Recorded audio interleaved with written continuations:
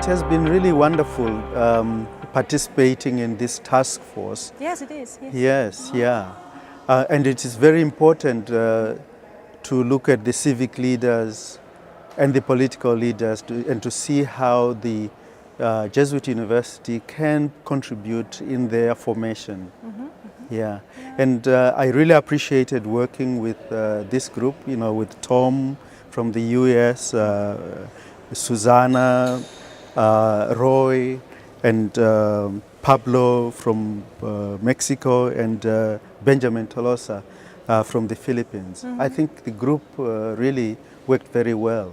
Yes, I really think that the group is international and on a global scale, meaning that coming from the US and you from Zimbabwe, from Africa, and Susanna from the Latin America. That's right. And Pablo as well, and Roy and me are coming from Asia. Yeah. And we are so variety as a character. Yeah. And also when we think about the what is called the Proyecto Social, it works Yeah. quite well.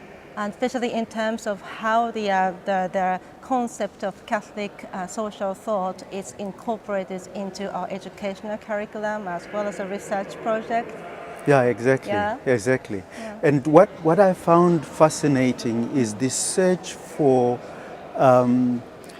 how the university can be able to work with political leaders and work with civic leaders as well in terms of their formation. Yes.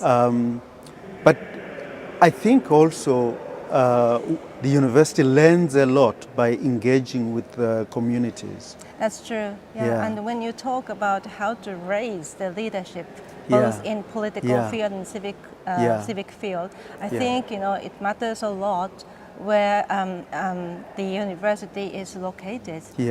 When the university is the totally Christian country, so to speak, the majority of people are Christian, it's very different from the country like ours, very secular field, and also the Christian is a little bit of minorities. That's right. Per se. That's right. So the thing is, we have just talked through the conversations whether or not the Catholic social thought would be the goal as it is, or it can be understood as a mission or methodology to achieve something else, which is the social improvement.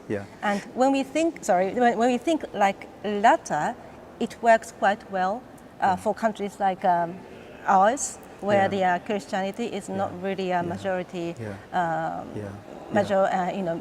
dominant concept of religion, because we are doing kind of what you consider as a common good, but not necessarily recognizing that what we are doing is along the streamline of what you call as a Catholic social thought. That's very fascinating, particularly the translation of those values. I mean, what we discovered was that, there are a lot of traditions, religious traditions, which share the same values. They may call it different names, but they share the same values. And putting across Catholic social thought in such a way that it can be translated and related to other traditions is also fascinating. I think that has been a strategy suggested. That's true. Yeah. And I really appreciate the characteristic of Catholic, as a religion, because it is, in nature, it is very inclusive. So it's open its doors to other religions as well. So that's really facilitating, as you say. That's right. And the dangers, because in some of the groups, in some of the discussions we had, pointing out the dangers of pushing, Catholic social thought is also very clear. Several, members were suggesting, for example, in Africa, where many people have passed through Catholic schools and they are now become powerful civic and political leaders. And yet they are involved in corruption. They went through, the whole meal, but they are involved in corruption. And yet they still want Catholic institutions to come and preach to them. That's a very difficult situation to be in. I see, yeah, I understand. But on the other hand, it is very important to keep us reminded that what we are doing with something with ethics. Yeah. Because we have in the general discussions, we had in the general discussions in the morning, if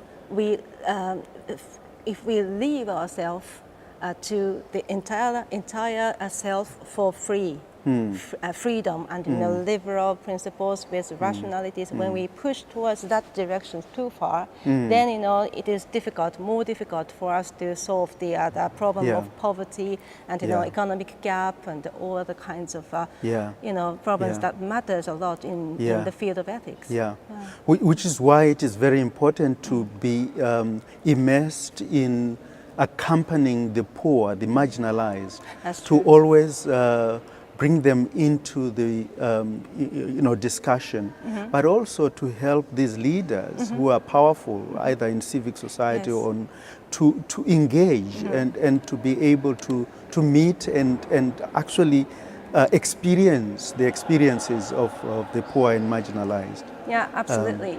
So that's why in our conversation, someone said that not only the students and not only the people in the marginalized field, but also leaders and the faculties need to learn once more. Exactly. About our role. Exactly. And of course, the different ways in which that learning can take place, either through research or through actual programs where people meet and do things together. I think our discussions have brought up different strategies that can be used, and that's fascinating. Yes. I hope the conversation will continue, and I hope that the network will continue to grow. We are onto something here. Right, and it will contribute a lot on both sides, for people who are learning things and the people who are just, giving information for them. Yeah, as well as the researchers, the lecturers. I think that's how education can take place. And that is a real proyecto social, right? Yeah, it is. Yeah.